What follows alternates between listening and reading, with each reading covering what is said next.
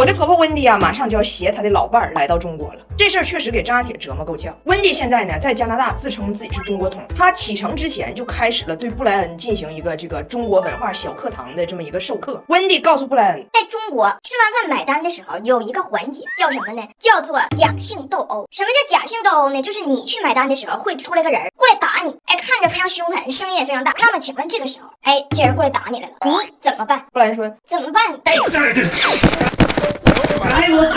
俺家俩孩子看着这视频说，哎呀妈，他俩干啥呢？我说表演中国人结账时候的撕巴。俩孩子都说这不对呀。我说是，你想想你姥姥昨天请客的时候咋跟人撕巴的？给奶演一遍。两个孩子回忆了一下，今天肯定是我，今天肯定是我。我告诉你啊，谁跟我抢他不好使，你别跟我讲没用的。干啥呢你呀？今天谁都别磨叽，多大点事儿啊！我告诉你啊，咱俩都不是那墨子儿，对，咱俩都不是。今天高低就是我。经典手机，天天充满阳光。哎，你咋不掏手机呢？你这不也有手机吗？你也不掏，你干啥呢？你要付吗？我有打吧，我先上个厕所。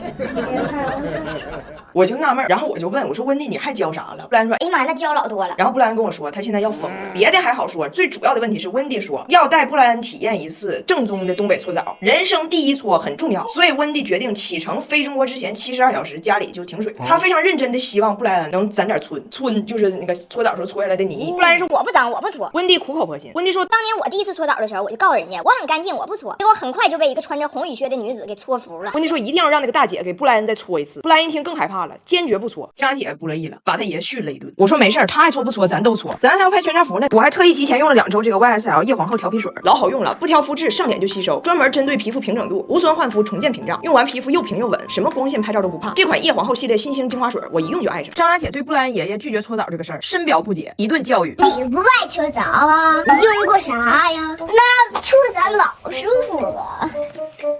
咔咔咔咔，翻面来。咔咔咔咔，翻面来。哎呀，老得劲儿了。为了说服他的爷爷去搓澡，张家铁把他认为人生最重要的事儿都跟搓澡进行了联系。你不搓澡，你怎么当科学家？你不搓澡，你怎么当那个宇航员？你不搓澡，你怎么找后头班？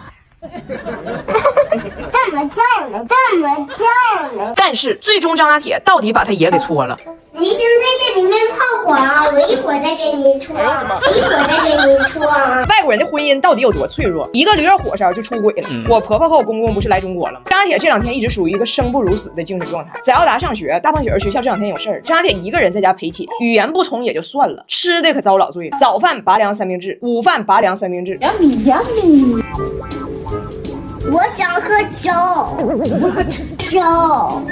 What is he saying? Well, joke means drink alcohol. 10 o'clock is too early to drink alcohol. Bad boy. 我咋就败得了呢？温迪他就这样，他只吃那种最简单最无趣的白人饭。我们想出去品尝啥美食，他都不敢吃，就显得他这个人吧有点隔路。所以他这次带着他老伴布莱恩来，是希望有个队友。他都跟布莱恩说了，到时候你捍卫一下我，让他们看到不是我故意搞特殊，咱们都这样。结果布莱恩呢坚守战线不到24小时叛变了。大胖媳妇回家带着6个驴肉火烧，布莱恩很好奇说，哎呀，闻着挺香啊，这玩意儿啥呀？大胖媳妇说驴肉三明治。布莱恩吓一跳，布莱恩嘴上说不吃，心里已经开始动摇了。但是温迪不吃啊。这时候温迪瞪了布莱恩一眼，布莱恩被震慑了一下子，说啊，驴我就先不吃了。 What? 香迷糊了。 Oh my goodness. 一个多碗去香米糊。布莱恩确实也想香迷糊，趁温迪一走，他就叛变了。吃完，大胖媳妇问他爸，现在吃一头驴这个事儿，你还不能接受吗？布莱恩说，吃一头驴我还是不能接受。 I could eat 10. 大胖媳妇和张铁发现布莱恩孺子可教，一起给布莱恩安利。你知道外面的世界有多缤纷吗？中国的美食遍布在各个小街小巷，那些看着破烂似的小饭店里。你愿意跟着我们打开新世界的大门吗？你愿意吗 ？Do you? Do you? Yes, I do. Do you? Yes, I do. Yes, I do. 于是这3个男人一拍即合，开启了中国美食探索之旅，把温迪一个人留在了家。温迪这吃的适应不了，来干的地方脸也泛红，老蹭我的施乐肤 C 霜。北京和东北冬天都干，就它能一整天保湿，干燥泛红都解决。出门不用想那么多，带 C 霜就够了。这么一大罐子，没酒精没香精，全家都能用。温迪都知道这牌子，在加拿大可火了。布莱恩太爽了，他3小时内挑战了糖葫芦、烤鸭、鸡头、鸡屁股、煎蛹子等中国美食。我说布莱恩，你叛变了，温迪不生气吗？布莱恩说，我就叛了，怎么地吧？布莱恩吃了一天，回来温迪炸毛了，跟布莱恩一顿输出。你把我一个人留在家里，你的立场应该是跟我一样，没想到你来了，你就和他们一起孤立我，哇哇哇！温迪至少说了20分钟，布莱恩就冲温迪笑。 I love you too. I love you. 我瞅他，我就觉得不对呀、这次见布莱恩，他咋这么聋呢？我知道他耳聋非常严重，但是他们医院给他配了一个非常好的助听器。我就问他，我说你那个助听器不是说可好用了吗？布莱恩说好用啊，但是我根本就没充电。我说那没电的助听器，那不就是一对耳塞吗？那不更听不着了吗？布莱恩说，对呀，你还是结婚时间短，这玩意儿就是要不再见听力，要不再见爱人。你们知道让中国老人和外国老人一起带孩子是什么结局吗？结局就是中国老人除了带孩子，还得带外国老人。我和大胖媳妇一起出差了，就留我爸和我婆婆在家一起带孩子。这一早上孩子连玩带闹，太累人了。我爸就想出了一个能短暂解救自己和温迪的方式，让孩子去躲猫猫。反正我爸也没准备跟孩子们真玩，就寻思让孩子消停一会儿。我爸的计划是宣布现在开始躲猫猫，然后孩子们一跑，我爸呢就可以给温迪沏一杯茶，俩人休息一会儿。我爸没想到，他一宣布，孩子们，咱们现在玩一个游戏叫躲猫猫。温迪 I love that game。噌家窜出去了，狗都追不上。人家张家铁已经找好的地方，我婆婆觉得好，跟张家铁抢。张家铁说不行，这是我选的地方。温迪告诉他，孙子，咱俩换。我本来选的地方吧是狗窝，但是亲爱的上帝，谁能想到那还有只狗？拿铁，这样我给你2块糖，咱俩换。 Sweetie. I want you fat.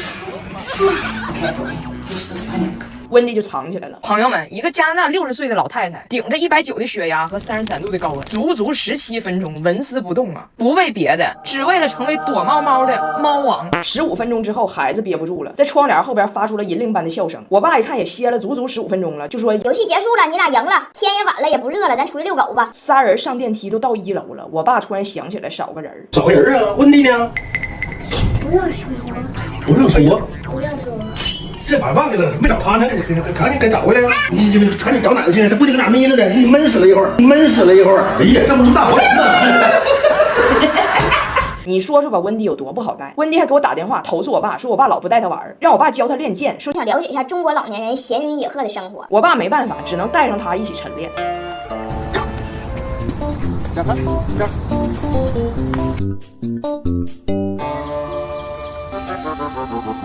快点，来，温迪，咱们还是学最简单的。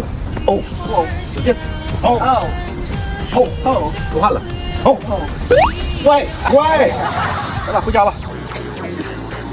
这过动症有点，好多年。哎又来了，哎又来了，给我爸忙得坏了。温迪这边跟我爸学练剑，人家温迪根本不看孩子们，温迪经常让孩子在外边随便玩，踩泥巴、钻沙堆，这都还好。真正让我爸崩溃的是，踩完泥巴、钻完沙堆之后，回家直接穿鞋上床，随便踩。那你说谁对干净都有自己的理解？咱不站队了，我只知道论干净还得蓝月亮。我还特意去人家的洗涤科技馆学习知识，还实操了，搭配玉图神器，让游班无所畏惧，轻松搞定日常衣物、床品物资，连难闻的汗味都能有效去除，好神奇！哎，我发现很多老外都这样，穿鞋可以直接踩在床上。我问温迪为什么，温迪说被是有2面的，外面咋埋汰没事儿，你钻被窝里干净的就行。而且如果你的顾虑是怕鞋脏，那没事儿。今天我领孩子出去玩的时候，压根是没穿鞋。等我出差回来，发现我爸和温迪都不在家。一问，我爸领温迪看中医去了。我爸觉得温迪肯定是火大或者什么毛病，造成了他的躁郁和癫狂。然后人家医生问温迪啥，睡眠呢、饮食啊、心情啊，温迪都说特别好。医生就问我爸，那他到底是哪儿不舒服？我爸说他让我不舒服，让我不舒服。